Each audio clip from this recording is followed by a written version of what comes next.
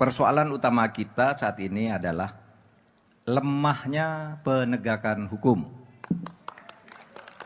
Lemahnya penegakan hukum.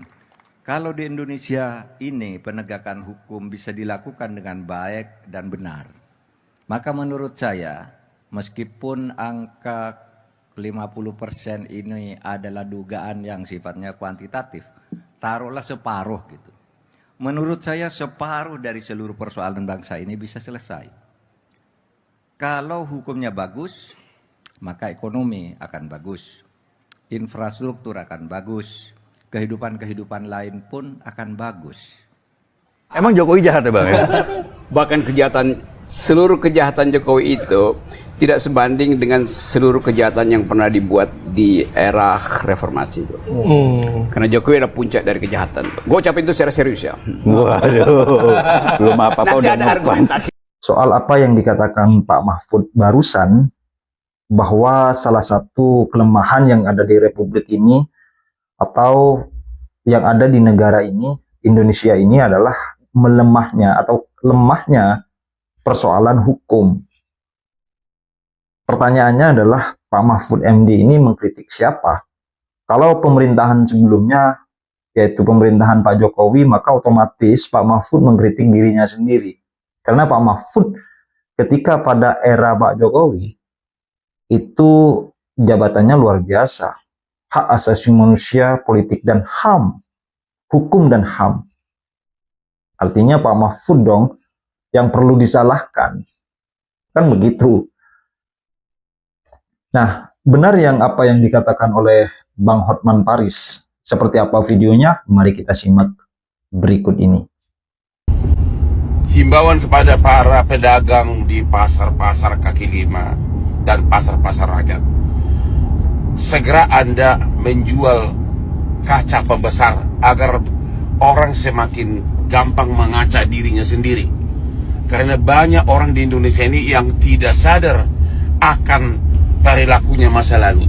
Contoh nih, Mahfud MD, mantan Menko Polhukam, waktu dia mendapatkan gaji yang besar dan fasilitas sebagai Menko Polhukam di zaman Jokowi, dia tidak pernah mengkritik pemerintah Indonesia. Dia tidak pernah mengkritik Jokowi. Padahal, apakah penegakan hukum zaman Jokowi lebih bersih dari zaman Prabowo? Tapi karena dia mendapat jabatan empuk, dia tetap cari muka kepada Pak Jokowi. Sekarang Prabowo baru 100 hari, sudah kemana-mana dia punya kritik dan aduh nggak tahu lah, ucapannya sangat kasar kadang-kadang. Mahfud MD cepat ke pasar kaki lima, beli kaca agar kaca mukamu sendiri. Perdagangan dan lain-lain. Saudara, penegakan hukum dengan demikian harus memberikan kepastian hukum ke atas. Tadi saya bercerita kalau ke atas itu kepastian hukum itu antar pengusaha-penguasa elit, penguasa-penguasa elit itu terkadang tidak memberi kepastian hukum, ada tumpang tindih, ada korupsi, kolusi dan sebagainya. Di bawah itu tidak dapat perlindungan hukum. Sehingga bagi saya penegakan hukum ke depan ke atas harus ada kepastian dan ketegasan, ke bawah harus ada perlindungan hukum. Ya pemirsa, Hotman Paris menyinggung persoalan Mahfud MD yang sering mengkritik Pak Jokowi. Apa dia nggak malu? Pak Mahfud kurang lebih 5 tahun bersama Pak Jokowi, kurang lebih ya, sampai suatu ketika Pak Mahfud hampir saja dijadikan wakil presidennya Pak Jokowi. Namun takdir mengatakan lain, bahwasanya ada pihak-pihak yang tidak menginginkan Pak Mahfud sebagai wakil presidennya Pak Jokowi. Nah pemirsa, Pak Mahfud ini kalau yang dikatakan oleh Bang Hotman Paris, ketika gajinya besar, Pak Mahfud seolah-olah mengagumi. Ketika Pak Mahfud berada di dalam pemerintahan, beliau tidak pernah mengkritik siapapun, bahkan hampir persoalan hukum yang ada di Republik ini sama saja. Hampir, bukan tidak ada perubahan, hampir sama saja. Artinya masih banyak kesamaan antara pejabat-pejabat sebelum di eranya Pak Mahfud dengan di eranya Pak Mahfud itu sendiri sebagai Menko Polhukam. Nah pemirsa, saat ini ketika Pak Mahfud maju sebagai wakil presiden atau calon wakil presidennya dari Ganjar, Pak Ganjar yang diutus oleh Partai Demokrasi Indonesia Perjuangan ketika Pilpres 2024, Pak Mahfud mengantongi suara, akumulasi suara di Republik ini yaitu 16%. Nah, semenjak itulah Pak Mahfud semakin menampakkan jati dirinya, menampakkan sifatnya. Kenapa demikian? Dulu kita sering mengenal Pak Mahfud sebagai orang yang tegas, tanpa kompromi. Dan Pak Mahfud juga dikenal sebagai orang yang jujur, apa adanya, ceplas-ceplos. Bagaimana Pak Mahfud ketika ada di podcast-podcast manapun beliau menyanjung Pak Jokowi. Nah, ketika beliau berada di luar dan memilih untuk tidak sejalan dengan Pak Jokowi, maka sifat asli dari Pak Mahfud MD ini keluar. Artinya sama saja dengan politisi yang lain.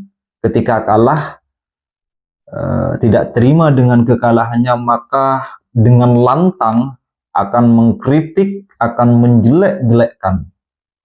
Ya, apa bedanya Pak Mahfud MD ini dengan politisi yang lain?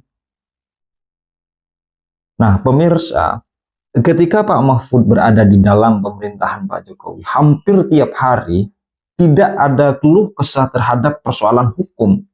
Tidak ada. Yang katanya di pidatonya itu bahwasanya ya bahasa Pak Mahfud itu tumpul ke atas, tajam ke bawah. Lalu beliau menyinggung siapa? Kalau menyinggung di eranya Presiden Joko Widodo, berarti beliau mengkritik dirinya sendiri, dan itu adalah kesalahan dirinya sendiri. Karena apa? Pak Jokowi sudah memasrahkan langsung kepada Pak Mahfud MD ini untuk mengurus persoalan-persoalan hukum yang ada di Republik. Namun faktanya ya itulah. Nah, saya rasa kekecewaan hasil dari Pilpres 2024 ini ya harus sesegera mungkin Pak Mahfud MD ini harus segera move on. Pak Mahfud hari ini beda dengan yang dulu ya. Beda ketika Pak Mahfud tidak mencalonkan sebagai wakil presiden.